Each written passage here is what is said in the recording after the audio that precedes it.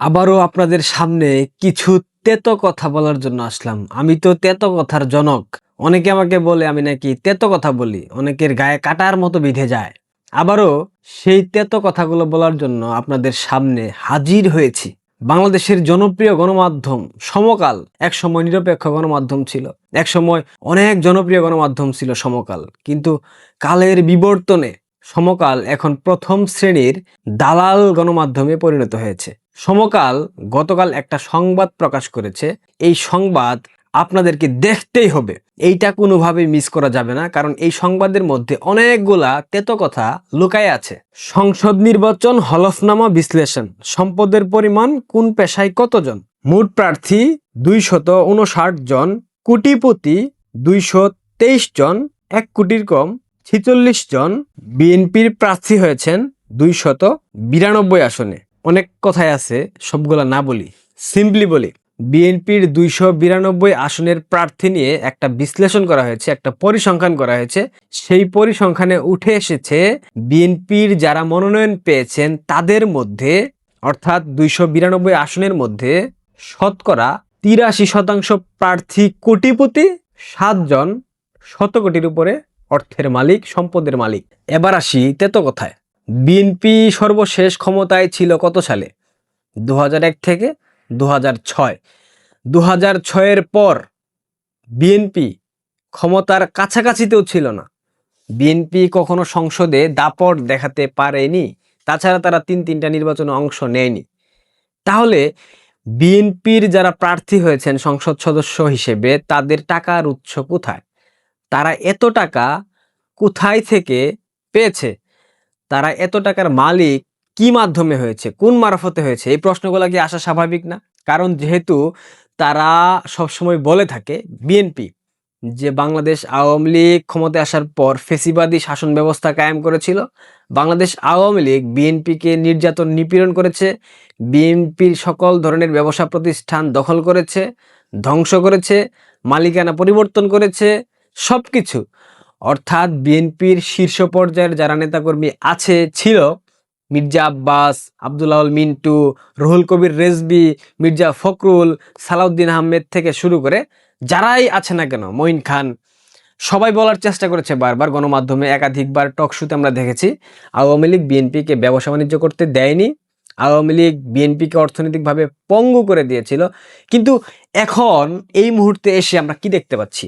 তাদের 292 জন সংসদ সদস্যের মধ্যে শতকরা 83% কোটিপতি, 7 জন 100 কোটির উপরে মালিক। এবার একটা বিষয় আমাকে বলেন, নির্বাচনী হলফনামায় কি সবাই সত্য কথা বলে?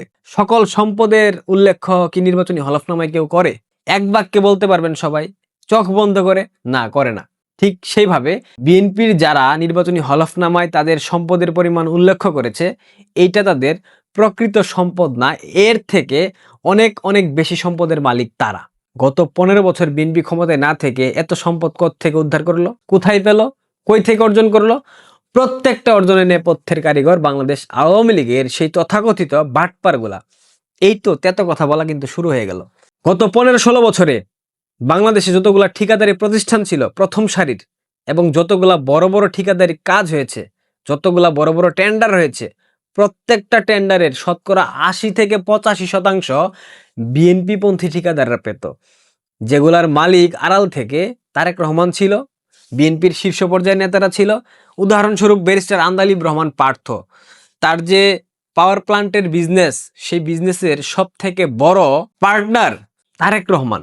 তারেক রহমান লন্ডনে বসে বাংলাদেশে অসংখ্য টাকা কামিয়েছে এই আন্দালিব রহমান পার্থ, শেখ ফ্যামিলির দালাল এবং ববি হাজ্জাজের মতো শেখ ফ্যামিলির পাচাটা মাধ্যমে।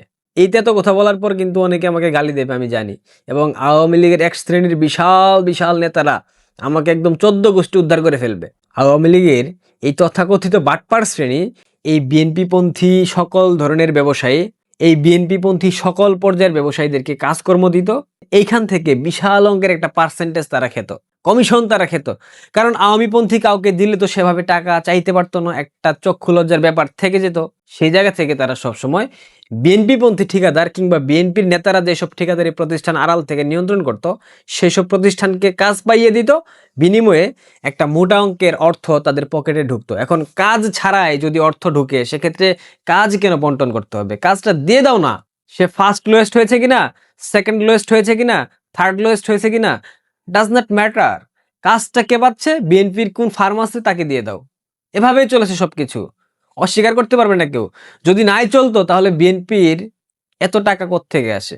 17 বছর ক্ষমতার বাইরে, তারাই বলে ব্যবসা করতে পারে নাই, তাদের সব ধরনের ব্যবসায়িক প্রতিষ্ঠান ধ্বংস করে দিয়েছে আওয়ামী লীগ, শেখ হাসিনা। তাহলে এত টাকা কোত্থেকে আসছে? আব্দুল আওয়াল মিন্টু সর্বোচ্চ টাকা দেখিয়েছে নির্বাচনী হলফনামায়, কই থেকে আসছে টাকা?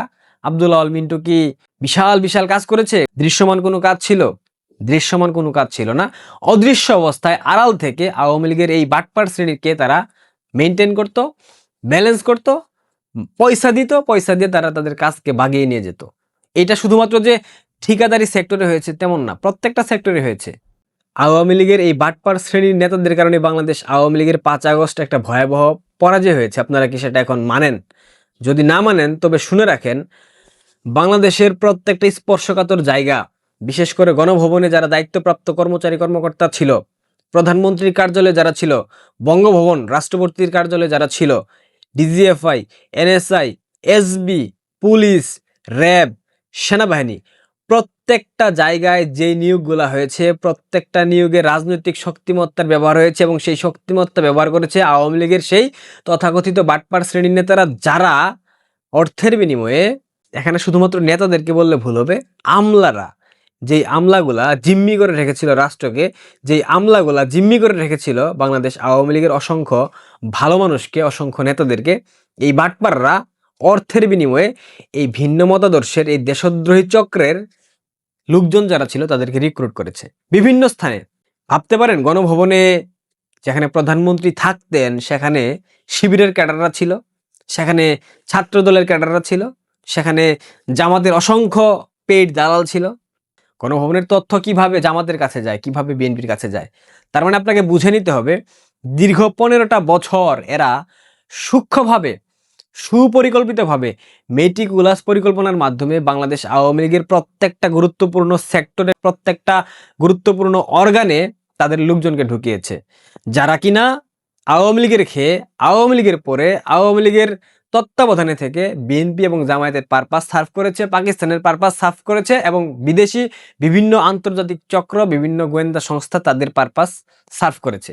যার কারণে 5 আগস্টের পতন খুব সহজে ঘটানো সম্ভব হয়েছে মাত্র 30, 32 কিংবা 35 কিংবা 40 দিনের একটা আন্দোলনের মধ্য দিয়ে।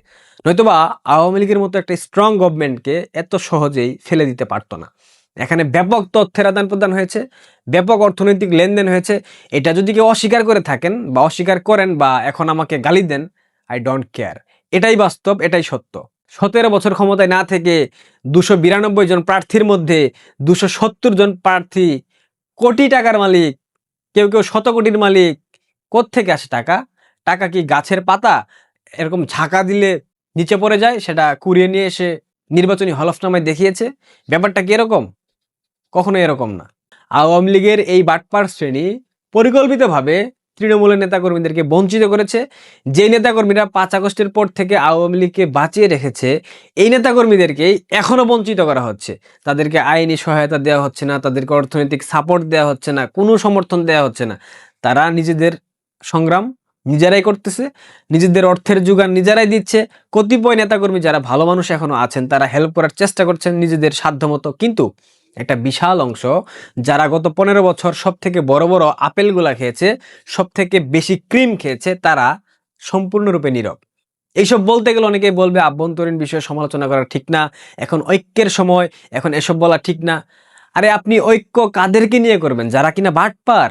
আপনি ঐক্য কাদেরকে নিয়ে করবেন? যারা তৃণমূলকে দেখতে পারে না, যারা তৃণমূলের ঘামের গন্ধ শুকতে পারে না, যারা তৃণমূলের মানুষের সাথে কথা বলতে গেলে তাদের নাক ছিটকানো ভাব সৃষ্টি হয়, যারা তৃণমূলের সাথে হাত মেলালে সেই হাত ডেটল দিয়ে পরিষ্কার করে, হ্যান্ড স্যানিটাইজার ইউজ করে, সেই বাটপারদের সাথে আপনি আপোষ করতে বলেন, সেই বাটপারদেরকে নিয়ে ঐক্য করতে পারবেন? 5 আগস্টের পর অসংখ্য সময় পেরিয়ে গেছে, অসংখ্য সুযোগ সৃষ্টি হয়েছে, কেউ সেই সুযোগটাকে কাজে লাগাতে পারেনি। আমি বলছি না কাজে লাগাতেই হবে, এখানে অনেক কূটনৈতিক বিষয় থাকে, কিন্তু 5 আগস্ট যে কারণে হয়েছে, যে ব্যর্থতাগুলোর কারণে হয়েছে, সেই ব্যর্থতাগুলোকে সামনে আনা হয়েছে, প্রতিকারের কোনো ব্যবস্থা করা হয়েছে? হয়নি।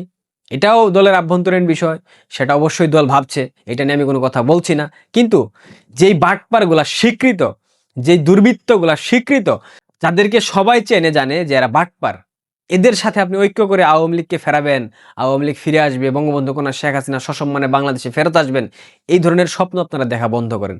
যারা গত 15টা বছর বিএনপি জামাতকে পেলে পুষে বড় করেছে, তারাই এখনো গা ঢাকা দিয়ে আছে, তারাই বাটপারি করছে, তারাই বঙ্গবন্ধু কন্যাকে এখনো একটা কালো পর্দার মধ্যে রাখার চেষ্টা করছে।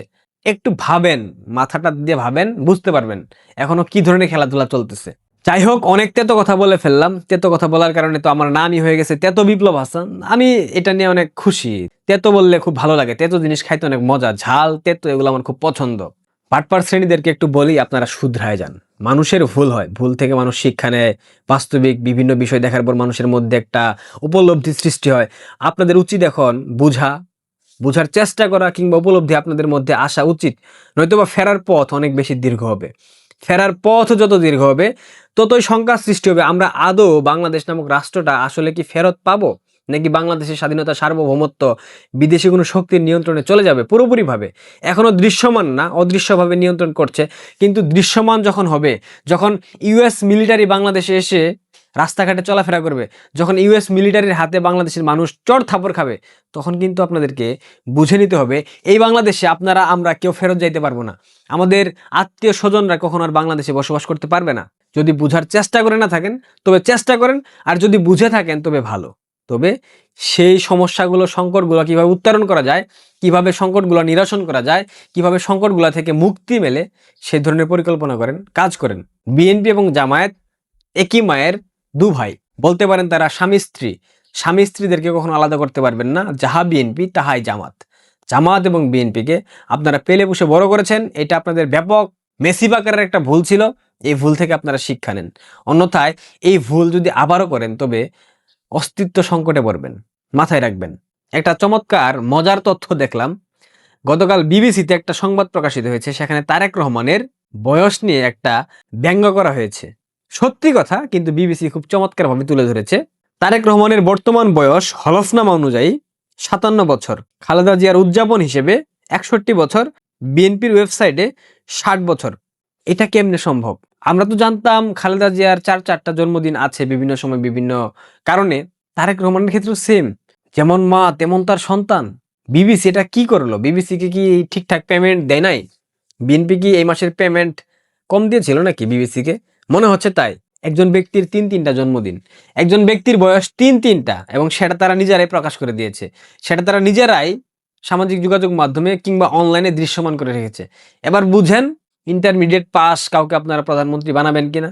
আমিও চাই বাংলাদেশের মানুষ একবার 8ম শ্রেণী পাস প্রধানমন্ত্রী পেয়েছিল, তারপর দীর্ঘদিন সুশিক্ষিত অনার্স মাস্টার্স করা প্রধানমন্ত্রী বাংলাদেশ পরিচালনা করেছে, তলাবিহীন একটা ঝুড়ি থেকে বাংলাদেশকে মধ্যমায়ের দেশে পরিণত করেছিল। এখন আবারও ক্লাস ইন্টারমিডিয়েট অর্থাৎ 11 শ্রেণী, একাদশ শ্রেণী পাস কোনো প্রধানমন্ত্রী বাংলাদেশ পেতে যাচ্ছে। বাংলাদেশের মানুষ যেমন অসভ্য, যেমন বর্বর, যেমন বিধ্বংসী, এই বর্বর জাতিকে শিক্ষা দেওয়ার জন্য আমি ব্যক্তিগতভাবে চাই তারেক রহমান আবারও ক্ষমতায় আসুক, এবং বর্তমান প্রজন্ম ভালো করে বোঝার চেষ্টা করুক কিংবা বুঝুক হু ইজ তারেক রহমান। সবাই ভালো থাকবেন। বিএনপির জন্য অনেক অনেক শুভকামনা। সরকার গঠন করেন, আমরাও দেখতে চাই কতদিন সরকার ঠিকঠাকভাবে পরিচালনা করতে পারেন। ধন্যবাদ।